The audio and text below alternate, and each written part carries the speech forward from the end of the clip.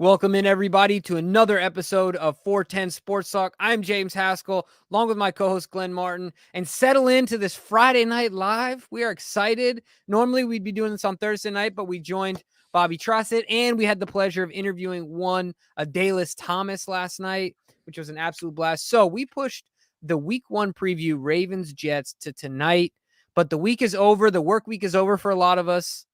On to a relaxing weekend, time to hang out with family, watch some football, eat some good food. So hopefully you guys have some fun with us tonight. Glenn, how are you doing, man? Oh, man, I can't. I'm so hyped. It's Purple Friday, the first of the season, and I'm hyped, man. I mean, football is back. It came back last night. It's certainly an entertaining game. Bills look like they are the real deal and a team that is going to have to be reckoned with. So I'm excited because I think the Ravens will agree with me. They're not scared to play anyone, and certainly not the Jets come September 11th. So, yeah, we're going to get into getting you guys ready for the game, of course. We'll touch briefly on the news today about, the deadline and no contract being signed. But, yeah, we're really going to be just diving deep into this game and getting you guys ready and all prepared. But after this show, definitely go check out the Adalys Thomas interview. The guy was awesome. Talked about the rivalry. It's clear it still runs deep in his veins. And I'm pretty sure if he saw Hines Ward on the streets, he'd lay him out, De-shoe him. That's it. That's exactly right. So check it out. It was so fun. And, yeah, he was awesome. So, all right, let's get into it, Jimbo. This is an exciting time because, as we know, what also comes with the preview game is the show competition at the end. So make sure you stick around till the end when we do our over-under competition, our closest to the pin competition, because this is just week 1 of a season-long competition between ourselves in the show. And, of course, we encourage everyone to participate and announce the audience winner as well. So audience winner gets a piece of 410 Sports Talk swag every single week. We're giving it away. So, and this is a good time to get into this, Jimbo, because we do have a new logo and have some new branding. So this will be the first of its kind. Let's give a shout out to intern Brad. Yeah, shout out to intern Brad, who made all of this possible, put in a bunch of work. And yeah, so hope you guys like the new logo. This is brand new.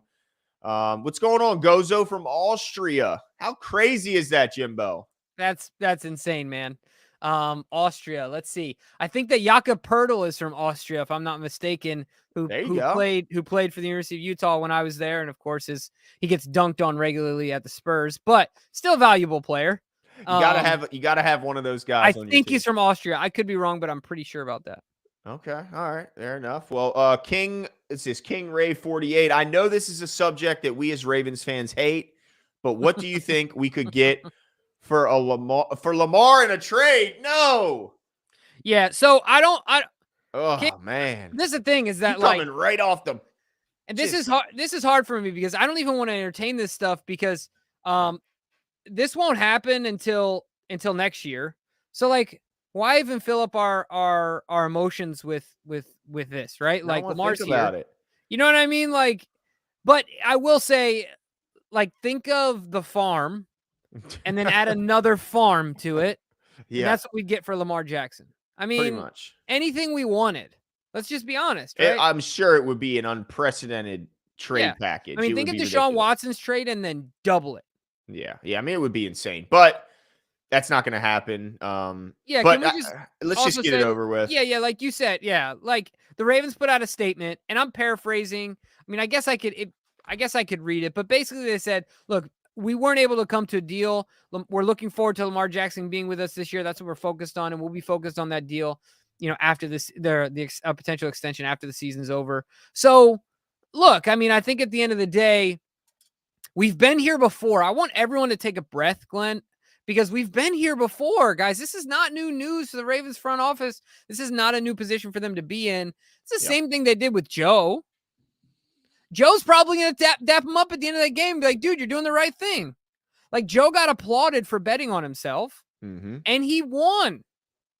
So, why? That's just what Lamar is doing. I don't think that this is so unprecedented or so outrageous or so, the Ravens are getting so much crap for this right now. But we don't know the conversations that are being had, and it's fair enough to see from the outside looking at Lamar's betting on himself, and you can't blame the organization for trying to protect themselves and saying that's fair. You bet on yourself. We still love you, Mm-hmm. and we'll there's two sides to every bet, right? You know what I Right. mean? So you can't be mad at either party. I don't think that's fair because we don't have enough information, and the deal's not getting done this year. I mean, I don't really know what else there is to say about it. Yeah, well, I think you touched on something that I think was. I heard Joe Flacco asked about this same situation, and they compared his situation to Lamar's, and he said he didn't look at it as him betting on himself. He just looked at it as he's confident in his abilities as a player, and he was confident in the group around him and what was happening with the team, and thought he would have a good season. So he went into it. So he didn't look at it like the same way Right. because then he feels he'd be putting extra pressure.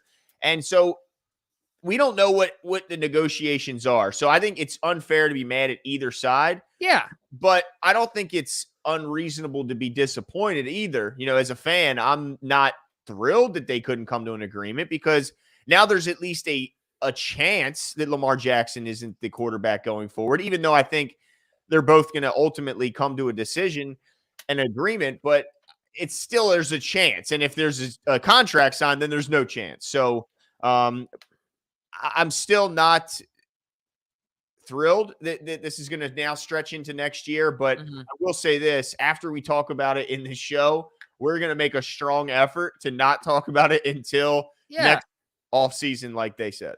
Yeah, absolutely. Because they're all micro updates. It's all media fed crap. Like, not to down other media outlets or anything like that. But look, we want to speak on what we know and the information we're given from our sources and the people that we speak to, and like nobody really knows anything. So it's just Yeah. so hard to sit here and give solid analysis on something that we don't know.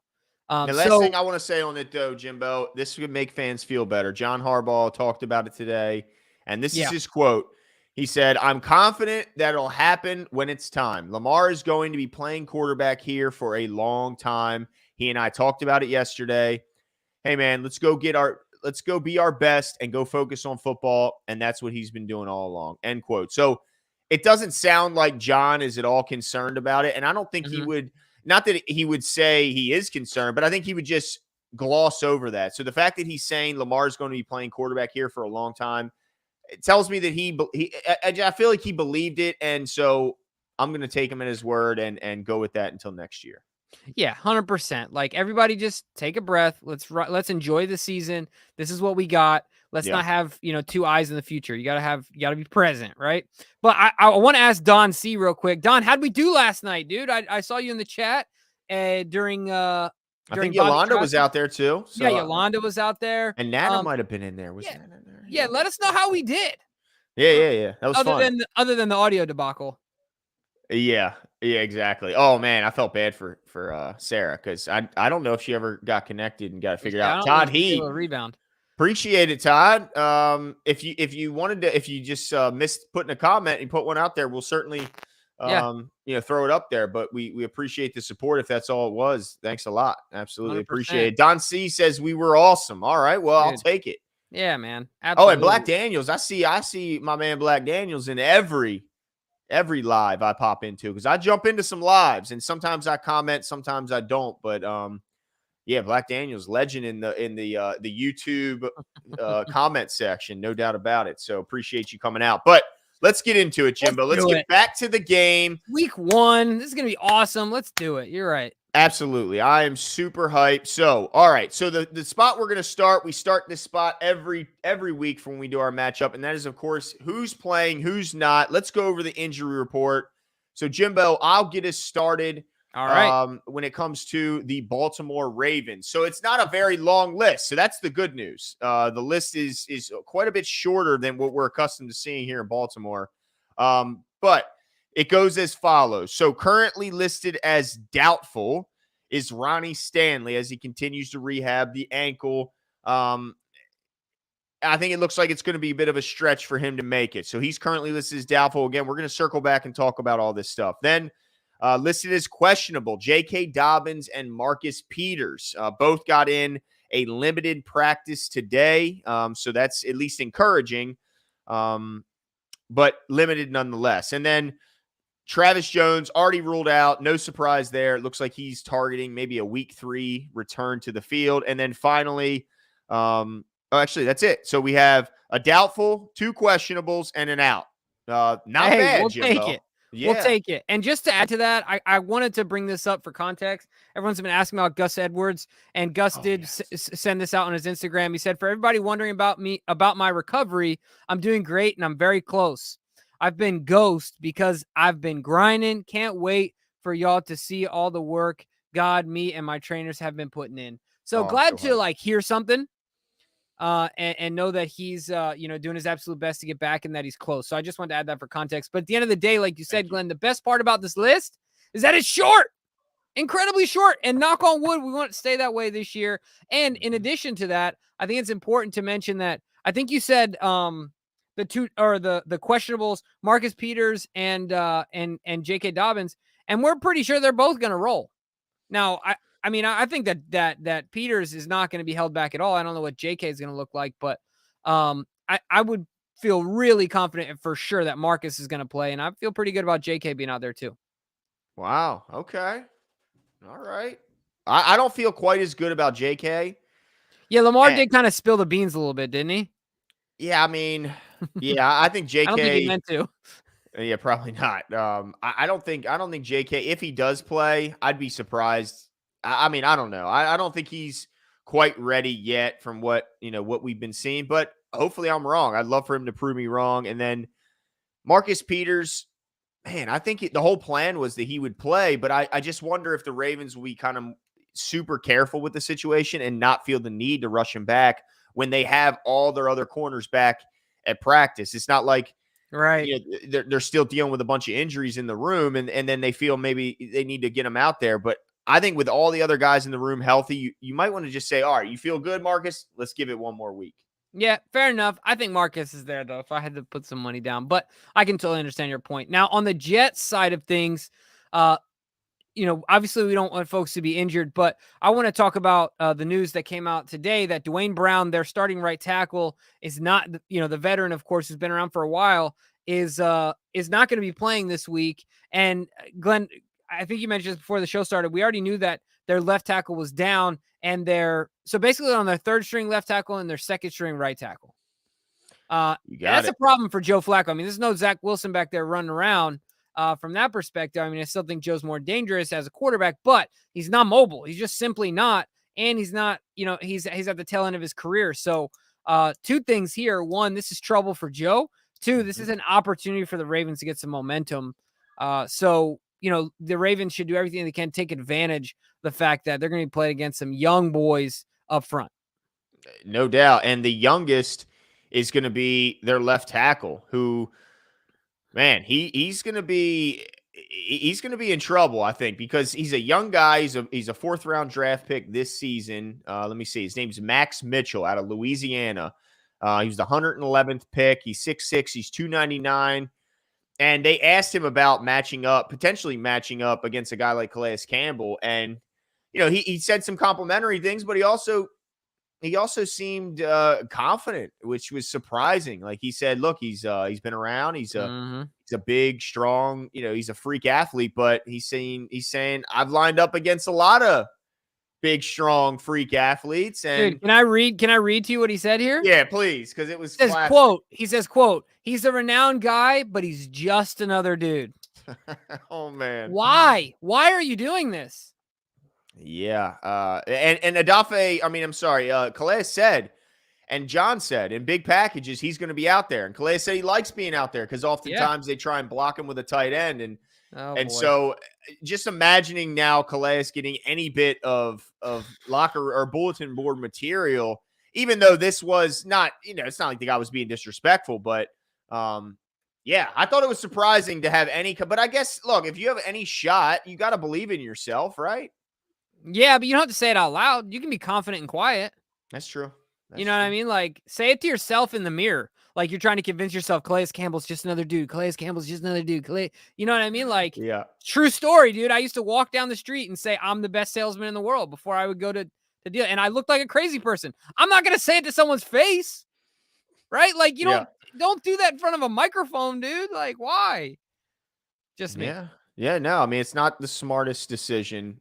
Ravens O's Nation says, all I know is week 1, this one Sunday, Joe Flacco is not an elite There quarterback. you go. Sorry, Joe. Yeah, let's hope not. Let's Sorry, not absolutely. sorry, Joe. Yeah, let's absolutely hope not. Let's hope that, I saw a tweet a few days ago, maybe it was 5-6 days ago, where the Jets were about to be the first team in NFL history to start a tackle and a quarterback 37 years old or over. So that got broken up, of course, with the injury to Dwayne Brown. So he would have been that tackle at 37. And now they went from a 37-year-old tackle to a fresh-faced rookie 4th-round pick out of Louisiana. That's a big difference in certainly an experience. But Marco G says, plot twist, what if Bisciotti is ready to give Lamar $200 million plus guarantee, but is being pressured by other owners not to? I doubt it, but never know. I certainly wouldn't be surprised to hear that the owners, maybe the more powerful owners like the Jerry West and all those, that maybe they sent out a memo after that deal saying, let's not make this the precedent. Let's not make this the norm. I wouldn't be surprised to hear that, but I would be surprised that anyone is pushing around Steve Bisciotti. Yeah. You guys should hear some stories about Steve Bisciotti. Have you heard the story about what's his name? The Commanders owner, Snyder? Have you heard about the phone call they had? No. Oh, this is great. So Bisciotti's like first week. This is verified, right? He wants him to call him Mr. Snyder in a phone call with him, right? He's like a new owner, full time, whatever. And he's like, call me, because he calls him Dan. And he's like, so anyway, at the very end of the call, he says, F you, Dan. Boop, and just hangs up the phone. And like, you're not pushing around Bisciotti. You're not doing that. He doesn't So strike me as that guy. If he thinks it's the right move, he's gonna make the right move, right? Or he's gonna stay patient. We've also seen him be very patient with his front office and with the decisions he's made. So look, no one's pushing him around.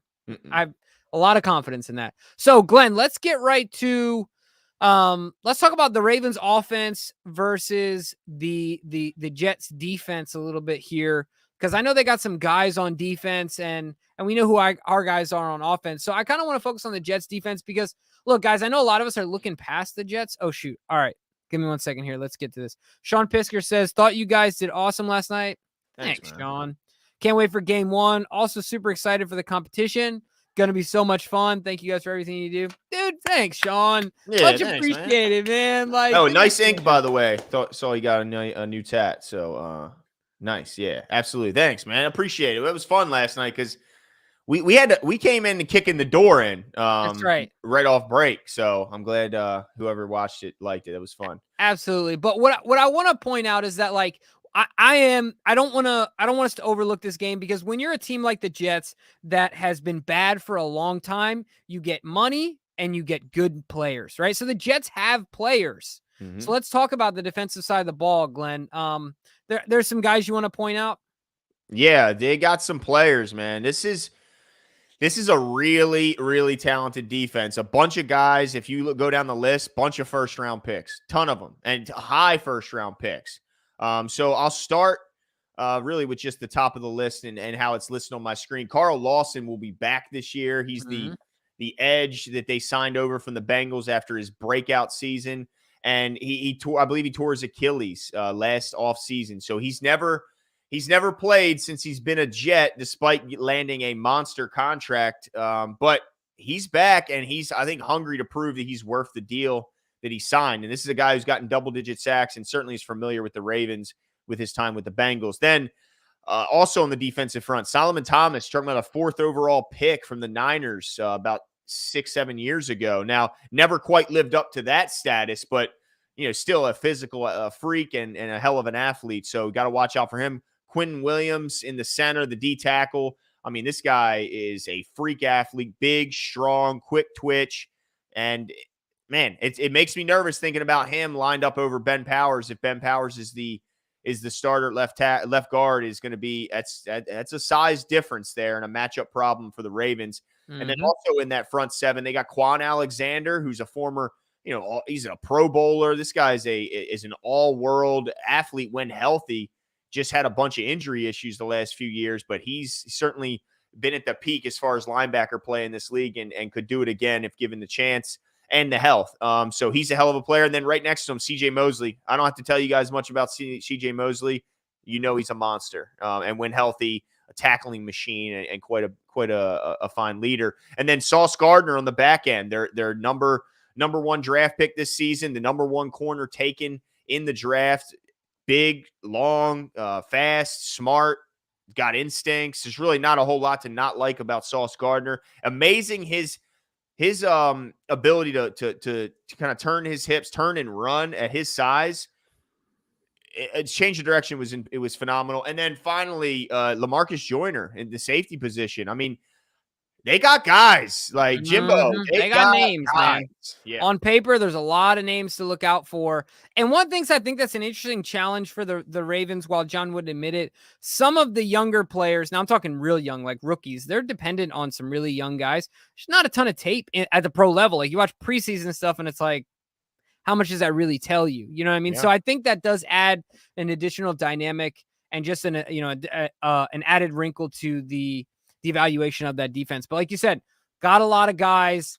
It'll be interesting to see the Quentin Williams, Tyler Linderbaum matchup, because everyone always talks about their size on both ends of the spectrum. Williams being a huge dude and Tyler Linderbaum being a smaller guy at his position. So that's going to be really interesting to see, and a tough test for him out the jump. Yep. So if we're talking about their defense, we just highlighted some of those guys. We obviously know who our guys are on offense. I want to give my offensive key to the game, what it is that I think the Ravens need to do to get the W here, right, and win that matchup. And I think really what it comes down to is, this might sound simple, but get the run game going early. And Glenn, we've talked about this before. I can't remember this stat exactly, but it needs to look different, right? It can't be so reliant on our quarterbacks. I feel like our run game was so reliant on Tyler Huntley, and then before Tyler on Lamar Jackson last year, where we need to have some reliance on the running backs, right? Like that obviously makes a healthy running game, not just relying on a Lamar Jackson. So I think that's key to this game and the entire season, but certainly key to this game is let's get the run game going early and make it look different than just Lamar scampering for 8. Yeah, no doubt. That would be a welcome sight. You know, it'd be nice to go back to that 2019 team where it seemed like something close to it. Well, it just seemed like in 2019, there was never a negative play. It was just incredible. Like every single play went for positive yards. So, Dude, you remember on like 3rd and 6, we'd run it. Yeah, and get it. And get it. It's crazy. But yeah, so I think the run game is going to be important. When I look at their season last year defensively, let's see what they were able to do. They weren't. I mean, it's not a whole lot you can look at and say, well, they were good at that. I mean, they gave up 4.5 yards per attempt to opposing running backs. They gave up 28 rushing touchdowns. They gave up 138 yards a game on the ground. So, yeah, it looks like an area where the Ravens should certainly look to attack. But, again, they got talented players in that front seven, so it's not going to be easy sledding, just because they struggled last year and had some injuries last year. These guys, the majority of those guys are now back and healthy. One guy in particular, CJ Mosley, is a massive difference maker when controlling the run game. And when you got Rankins in front of you and Quentin Williams in front of you, there's a good chance that you're going to be running free as a linebacker. But, they got to establish the run against a team that struggled mightily last year. Yeah, 100%. I mean, this game in general, Glenn, I think you would agree with me, is more about the Ravens' ability to execute than it is like, oh, shoot, even if we execute, you still come out with a W. I mean, I think that in the heart of hearts of both sides of the equation, the Ravens know that if they just execute, they're going to come out on top. And I think the Jets kind of know the same. So that's really what it's about. Can the offense execute, right? Like that. And that comes down to, I think it's really two things, Jimbo. It's like, you can't have penalties and you can't turn the ball over, at least in my opinion, because this should be a win. It's reflected by the line. You can't win in this league, in my opinion, without a top 10 quarterback nowadays. And they don't have one. I don't think they have a top 15 quarterback. And as much as I love Joe Flacco, this isn't the young Joe Flacco. It's 37-year-old Joe Flacco. So, I think you're going to need that. So, Ravens, please, no penalties. this crew that they got, they call penalty.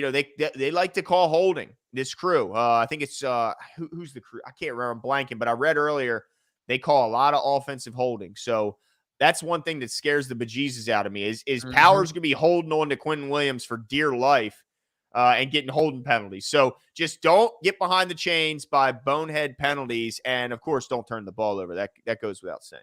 100%. All right, let's move on here and let's go to the other side of the equation, and that's talking about the. Oh, actually, sorry, I jumped ahead. I think it's time to get to our offensive breakout players of the game. I'm already ready to talk about their offense and our defense. But Glenn, why don't you go ahead and get this one kick-started? I like your name a lot. I'm interested to see what you got to say. Yeah, it's Isaiah Likely. No doubt about it. He is going to explode on the scene this year. I mean, this is what gets me. This is what gets me so excited, Jimbo. I look at their success in 2019, and most of their success came out of a 2 tight end or more set. In fact, 54% of their downs 1 through 3 snaps in the first 3 quarters of the game, because we're not going to count the fourth quarter when you game plan could dictate that you have to now throw the ball the entire quarter. But through the first 3 quarters, downs 1 through 3, 54% of their snaps came 2+ tight ends in 2019. And Lamar Jackson was the leading touchdown passer in the league out of that set. And he had double the efficiency out of that set, a 2+ tight end set, than he did out of any other set. So flat out, Lamar Jackson is just better when he has big, fast, stud tight ends running down the field. And when they lost that, when they were forced to trade Hurst, and when they lost that even, the next year when Boyle got hurt and they tried to replace Hurst with Josh Oliver and it just didn't work, they said, you know what, we're not letting that be even a possibility. We're drafting 2 stud tight ends and bringing them back along with Nick Boyle and, of course, Mandrews, because we want to make sure we can stay in that 2 tight end. Because you know what? They went 54% in 2019. Only 25% in 2020. That's so telling, isn't it? And down to 22% last year, Jimbo. And so it's no surprise that their efficiency was literally cut in half in a passing game because Lamar Jackson's just better with 2 tight ends. And that is perfectly fine. Guess who else is great and excels with great tight ends? Tom Brady. Yeah, the greatest of all time. And guess what Bill Belichick tried to do? Get him stud tight ends, even if one was a part-time murderer. They made sure they got tight ends at all costs. So I'm just so hyped to see what Likely is going to bring to this offense. And when Kohler comes back, I think that brings in even a different wrinkle. And yeah, so I'm hyped. I know I got a little excited. Sorry. No, yeah, that's so telling, and that's great information. Could you imagine somebody saying, "Hey, Bill, we got some inside information. Aaron Hernandez might be involved in the homicide. What he does off the field is his own business." You know what I mean? Like just stone cold. As long as he comes ready to play. You know, I'm here to talk about the Miami Dolphins game. Exactly. We're on to Cincinnati. You know what I mean? But my guy is Rashad Bateman.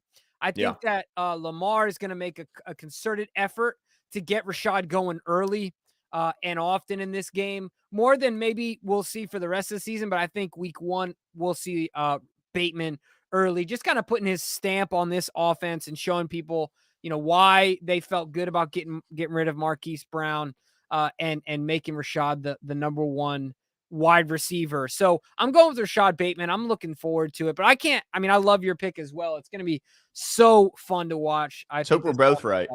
Yeah, 100%. All right. So now let's move over to the other side of the ball. And I want to talk about their offense because you talked about names on defense. And I also don't think that there's lacking names on offense other than having a quarterback, right? Like they kind of have the Browns problem because the Browns had Baker. Now they have Zach Wilson and they have names around him. So, but names they have, like Elijah Moore was the guy we talked about, last year coming out of the draft is a guy a lot of people liked, right? He's young, he's fast, he's physical. Garrett Wilson, number 6 pick overall.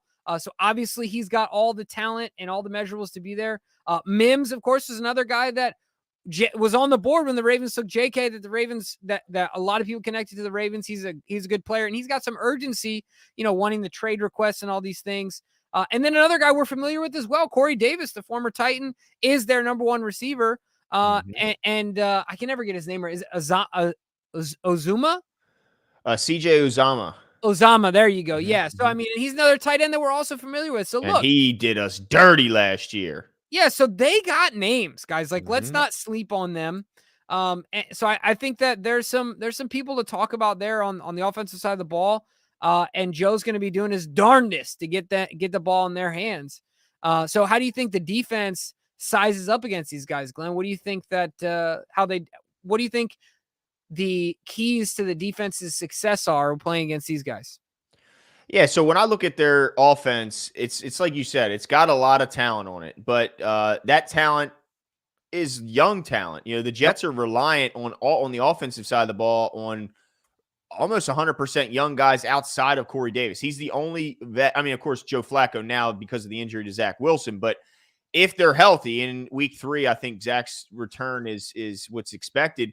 It's only Corey Davis and then a bunch of young dudes. And so while they got talent, it's hard for me to imagine, certainly in the first game of the season on 9/11 in New York with Lamar Jackson and the Baltimore Ravens coming to town, that the crowd's going to be crazy. There's going to be a ton of media because it's New York. It's September 11th. I mean, I just feel like to rely on these young guys for a season is a lot to ask, and Mm-hmm. certainly for the first game is a ton of pressure. And so while I think these guys are going to show that outwardly, that's a lot to thrust on the shoulders of a bunch of first and second year players. So I think the experience that the Ravens are going to be bringing in a lot of ways, the coaching staff's another one. I mean, this is a second year coach. I mean, this is Robert Saleh. We don't know because his roster was so depleted. We don't know if he's even a good coach or not yet. I mean, we know Mm-hmm. he's a good defensive coordinator, but not a good head coach. But Mm-hmm. that running back room, Jimbo, Brees Hall, super talented.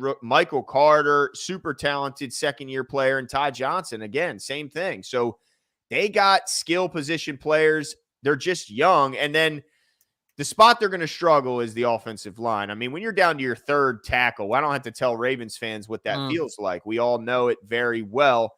Now, they do have some talented players elsewhere. Elijah Vera Tucker's a top end pick that they got. He's playing right guard for them. But ultimately, their tackles, they're just not that good. And that could be the kind of undoing of the offense. Yeah, it's going to be interesting to see. And I think the same thing goes for our defense. Really, it comes down to can they execute? Can they not blow assignments? Can they get their hands on the ball when they need to? Right? Like, can Yep. they get to the quarterback and get home and things like that? And so, my defensive key to the game is keep Joe moving in the pocket. And you talked about that. I think that this should be a great opportunity for tackles. And I'm going to follow that up, Glenn, with my breakout player of the game defensively. I'm going Mhm. with the old boy, Justin Houston. I think he gets 2 sacks early in this game. He does a little okey doke and he has a couple tricks up his sleeve and gets young boy, the right tackle, a couple times. Joe's not going to be able to evade it. Mhm. Justin takes him down. There's no way that this kid can be prepared for a future Hall of Famer, and the technique that he has, not even knowing 2 weeks ago that he was going to start. It's just Yeah. impossible. I mean, that's like saying, hey, have you read every book in the library? I told you 48 hours ago that was your assignment. Yeah. It's Yeah. not happening. Yeah. And I wonder when he got the news if we could take a peek into his brain Yeah, and see what receptor fired more, excitement or fear, because right. that's a lot to have to walk into. But I think that to me it's going to come down to third down. There's going to be I think the Jets are going to find themselves in a lot of third down situation. I think what helps the Ravens is that they can oftentimes convert first downs on first down or on Mhm. second down, and they're not constantly, aside from last year, in third and long situations where I think the Jets are going to find themselves in quite a few third and medium and third and longs. And it's going to come down to, can Joe Flacco find one of these young, talented receivers? And can that offensive line give him the necessary time to do so? So that to me is what it comes down to. Third down conversion. You look at that rate at the end of the game, and I think you'll see who's the winner. And for me, the breakout player is going to be Odafe Oweh. We've been hearing about him and the work he's been putting in and kind of honing his craft and allowing his technique to kind of catch up to his physical skills. And just from what I'm seeing, the biggest thing he needed to work on was his get off. He had a slow get off for when you could look at his splits, his speed. There was no reason for him to be that slow off the ball. When guys much slower than him were much quicker off the ball, it looks like he fixed that. And so I think that Odafe Oweh is going to have He's going to steal the spotlight from Justin Houston, Mm. Jimbo, and he's going to have 2 sacks in week 1. Ooh, all right. Look, I think either way, these tackles are going to have a problem because I think that Justin, if you think about him early in his career, he had all the athleticism along with the technique. Now, his technique, I'm sure, has improved over the years as he's had to rely on it even more, and maybe his athleticism has waned a bit. But you're talking about raw athleticism on the other side. It's like pick your poison. Do you take the guy that's just spewing athleticism, power, strength, speed, all these things in Adafe, or do you take the vet who, at the blink of an eye, he's already passed you because he's, you know what I mean? He's done whatever he's got to do, and that's it. You know what I'm saying? It's like, man, I can't win here. No, pick your poison. Yeah, it's just a tough scenario for these guys, and I'm happy about it. Now, I'm also really excited, like you said, Glenn, to get into our over-unders, get into our scores and things like that. This is really where the show heats up. But guys, we got to talk about our sponsor. It's at the bottom of our screen every single show, and that's PrizePicks. If you guys aren't on board yet, if you're not doing if you're not putting any skin in the game, I would suggest you do it with PrizePicks. The season has started, and the really great thing is that you can get free money and support us at the same time by downloading the app and using the promo code 410 as you open your profile, or you can simply in the description of this video later on, you can see our link. It's a direct link that will take you to the PrizePicks website. The point is you go ahead and sign up, and you'll get up to $100 matched. And Glenn, right now, in week 1, bless you, they're giving money away. Essentially, Tom Brady's over-under, I just want you to guess. What do you think Tom Brady's over-under is for yards? For yards, I got to say it's at least right around 299, 300. Yeah, try half a yard. Half a yard. So they're giving away money. If you guys want some easy money this week, look, yeah, get yourself some money, get the promo, go to PrizePicks, download the app. Like I said, 410 is the promo code, and it's an easy way to support us. So enjoy it, have fun with it. Let us know how you guys do. But we got to get right to it, Glenn. Now, we talked about at the beginning. Could you go ahead and kind of talk about what our competition is, how people can enter it, and things like that? Yeah, absolutely. So once a week on our preview show, we will have at the conclusion or near the end, we will have our over-under competition as well as our closest to the pin competition. And we use this as a way to ensure that there are no ties, we don't want that. Ties, we're about winning or losing. Yeah, this isn't European League soccer. No, absolutely not. And I'm coming in, I'm ready to win.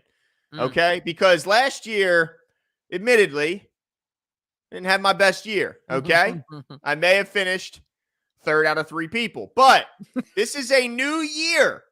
And my top 3 is not where I'm going to stay. Okay, Jimbo? I'm going straight to the top. Okay, number 1, and I'm going to leave you 2 in the dust. But you guys are welcome to participate, of course, as well. Yep. Just don't do it while it's still live, because as soon as we end the live session, those comments go bye-bye. So wait for the session to be over, or simply DM us on Twitter, Facebook, Instagram, or leave a comment after the live session is over on the bottom of this video. Give us your over-under answers, your closest to the pin, and then your score and yardage guesses at the end as a way to ensure that there are no ties. Every week, we pick a winner on our wrap-up show at the conclusion of each game, and we announce that winner. And then you simply send us another DM on any of the social medias. Give us your address, your shirt size, and voila, a shirt shows up in the mail. So we're looking forward to it. It's going to be, J-Dub says it best. New year, new Glenn, Jimbo. Yeah. Get ready. I'll believe it when I see it, just like that Lamar contract. Jimmy, you told me that contract was going to be signed a while ago. I did. But yeah. So, all right, let's get right into it. And we'll repeat each one 2 times just so you guys know them, and you can obviously 2 times. That's right. But so we have 2 offensive, 2 defensive. The first offensive over-under is J.K. Dobbins rushing attempts. 5.5 is the over-under. Yeah. So it's J.K. Dobbins rushing attempts. Yep. 5.5 is the open-under, and I already hate my answer. Because you see mine, and mine's right. No, because I remember what Lamar said in the presser. He said, I'm excited to see JK in a few weeks. Hey, dude, I'm just impressed that you didn't quickly change this while you were I'm sticking talking with it. into It's it. You okay. know, I love I'm it. sticking with Okay. it. So I'm just letting you guys know I'm going over. I'm sticking with it. I'm going to stay optimistic and say JK's out there and he gets 6 carries for 60 yards. No, I'm totally kidding. I don't know what the yards will be, but the only thing that's important here is the over-under on carries. I'm going over for JK. What about you? Well, it's clearly going to be under. I mean, I think if he plays at all, it would be a surprise, just judging on the fact that we still haven't seen a ton of him. Like, it still seems like he's being hidden away, and so I think that he gives it at least one more week, and we'll be back week 2. So for that reason, it's an easy answer for me. I say he doesn't play at all. Under. Well, I got to give you some sort of handicap. So, Now, all right, what's DK next? came up with these. Is that correct? That is, DK did come up with these. Yes. All right, DK. I noticed he didn't have his answers in there. Convenient. I'm talking to you, DK. But Brad doesn't either. Huh, Brad. Welcome right. to the competition, Brad. You want to hit up the next one? Yeah, Ravens receivers receptions total. So now, or does he mean high for one player? No, I think it's the total for the receiving core. That's how we'll interpret it. Okay, so that's how we'll interpret it. Ravens receivers reception total. He set it at 8.5. So will the Ravens excludes tight ends? Yeah, receivers. tight ends. That's the tricky part. Exactly. So that group includes and is limited to Rashad Bateman, Devin Duvernay, James Prochet. Help me out, Jimbo. Tylan Wallace. Yes. Who else? Is that it? I think so. Rashad Bateman? Did I say his name? You said Bateman. Yeah. Okay. All right. There we go. They'll let us know if we missed one. I'm sure we did. All right. So just the receivers, Jimbo. DeMarcus Russell. Oh, DeMarcus Russell. Oh my gosh, DeMarcus Robinson. There you go. You were close. All right. So will those Raven receivers get more than 8.5 catches in that single game? Let's see. What did I put down? Oh, right. Yeah, I put over. Yeah, I feel good about it. I think Bate himself gets 5. I mean, I think he already, you know what I mean? And then Duvernay will pick up a couple. I think DeMarcus will pick up a couple. I think that's reasonable. I think Lamar throws the ball 35 times in this game. Oh, wow. You know what I mean? Maybe like 50, but I think he throws it like 35. Okay. All right. Well, you're wrong. It's going to be under, and here's why. They're going to be obviously throwing the ball a ton to tight ends. I think that Bateman will do his thing, and these guys will get a couple, but I think they'll get chunk plays and not volume. Like I think they'll get high efficiency plays and not a bunch of shorties. So I think that they get right to 8 and they spread it around a bit. But I think this is a game where the run game dominates with a couple of splash plays and then coasting in the fourth. So think about what you're saying. That means that less than 2 completions to a wide receiver will occur per quarter. Less than 2 per quarter. Well, sure, because here's the thing. We're going to eat one quarter up in one drive. All right, so one quarter's out the door, and I got 3 catches to a receiver on that drive, and that's it. Oh, you're so wrong. All right, we'll see. What's on here? All right, Mr. 5.5 rush attempts from JK. Hey, wait a second. What place did you get last year? Look, you can continue to live in the past if you want to. I'm just saying.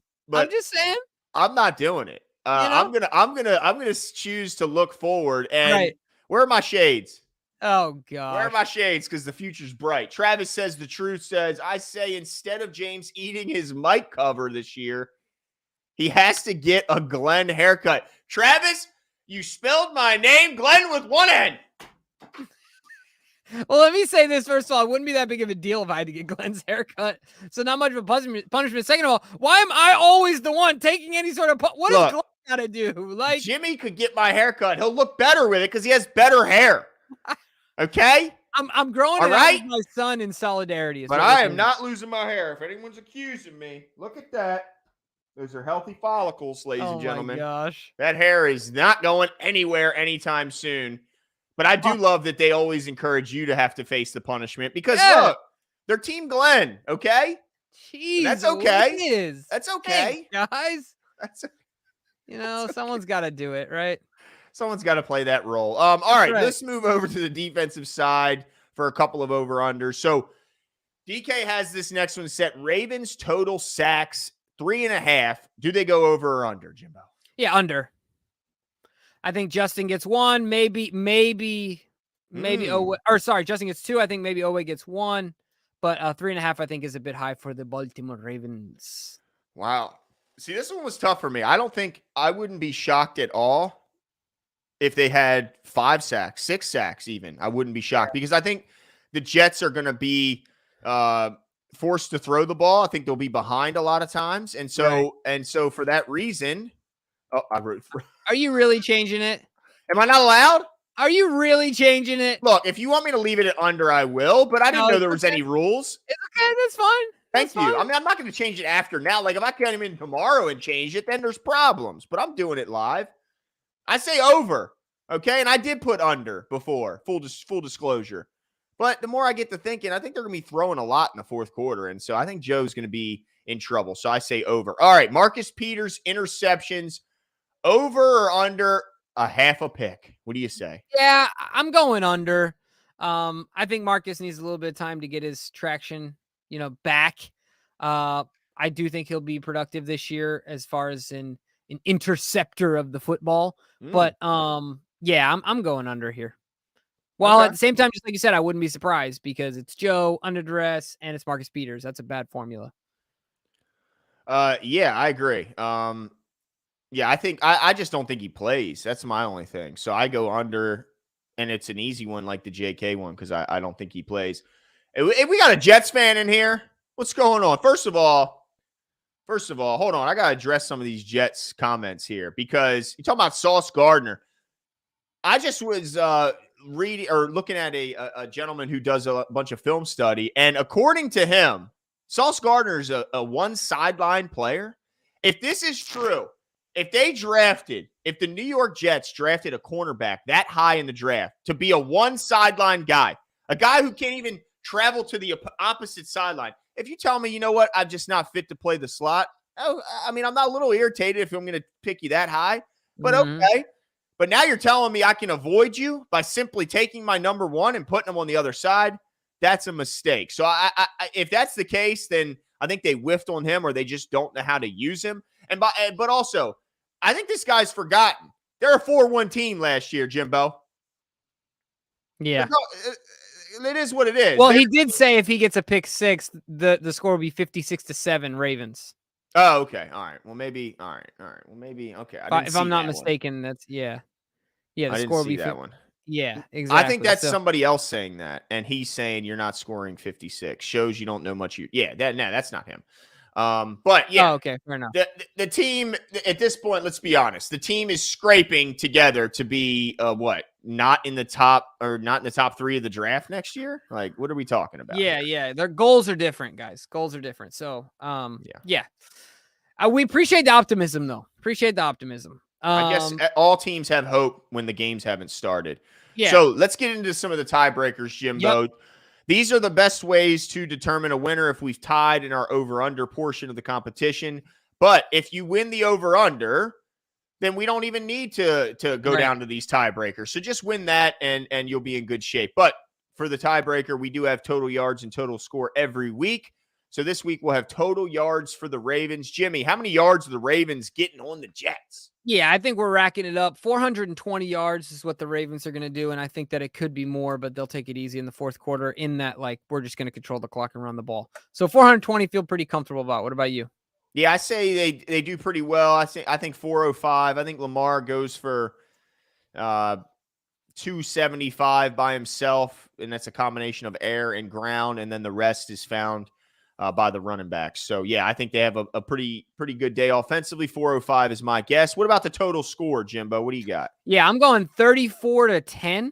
The Ravens are going to stomp the Jets. So my total score being 44 with some simple math there. I think it's going to be a great one. Yeah, relaxing Sunday opening week. So, total of 44 for Jimbo Slimbo. Okay. Yep. I got it 27-10, very similar to your score. I think that it's probably, I think the Jets have a couple drives that they get a little bit of success, but other than that, it's a long, long day for that offense. And I think the Ravens churn out their typical 13-play, 8.5-minute drives and eat that clock away. And that's the only reason they're not scoring more than 27 points. Yeah, I think that's a great point. So it's man, I can't believe the season is upon us. Of course, we saw the game last night. Robert Wiggins, thank you so much for the super My chat. We God. are so appreciative. So my worst nightmare is that LJ plays like LJ plays and gets franchised twice and being salty about the tags and no contract. He follows Greg Roman to whatever team gives him a head coaching job if he can get LJ to accept the max deal. I would die. Then I wake up. So, Yeah. I mean, I have no fear, Robert. Like, it's getting done. It's getting done. Everything's going to be fine.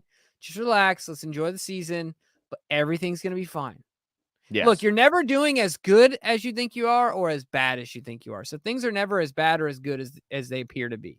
So, And the way I look at this thing is I just say, I'll just try and out of sight, out of mind it for the rest of the season until, yeah. because I'm like you. If I ever turn on my TV and see Lamar Jackson beating the Ravens, I'm gonna be sad. I'm gonna be salty. And I'm really gonna be sad for more than just me wanting the Ravens to do well, but just the community at large would be. I mean, it's just different when Lamar walks around kids. I mean, it's just special. The reaction he Yeah, gets. we're It's like different that way. I won't be sad. I'll be sad. I'll be I'll just sad for be the angry. children's. You'll just be salty and Just, bitter. oh, just straight I'll vinegar, be dude. sad for the kids, man. I'll be sad for my Yeah. son. My son loves Lamar Jackson. Like, Yeah. wants to be just like him, you know? Yeah. No, I hear you. I hear you. Well, thank you so much, Robert. And we hope that your nightmare never becomes reality. And rest assured that it won't. Yep. But I'm excited for this game coming up. Hopefully, you guys Mhm. are as well. We'll also be doing a recap. It'll probably be anywhere from like 20, 30 minutes to do a recap of the game. And then, of course, we'll dig into it and other things as the following week progresses. But shout out to all you guys for coming out tonight. Had an absolute blast. Glenn, I'm looking forward to the Mhm. game, man. Yeah, one Enjoy. closing note, Jimbo. Let's hear it. Lamar Jackson has the highest career passer rating in week 1 Hey, of any quarterback in the NFL since 1970, get it. 145.4. So Lamar Jackson is ready to play week 1. John Harbaugh gets this team ready to play week 1, and I'm damn sure going to be ready to cheer them on in week 1. Let's go. Enjoy the game, guys. Let's give some quick shout outs. We got Sean Pisker up in here. Let's see. Alfred Simmons. Obviously Don C. Brent Lurin. Lisa Ann. My Holy King. Robert Wiggins. All Yep. anonymous YouTuber. All you guys that contributed. So gracious for your attendance on a Friday night. Hopefully you enjoy the weekend, and we'll see you back on Sunday. We'll talk soon.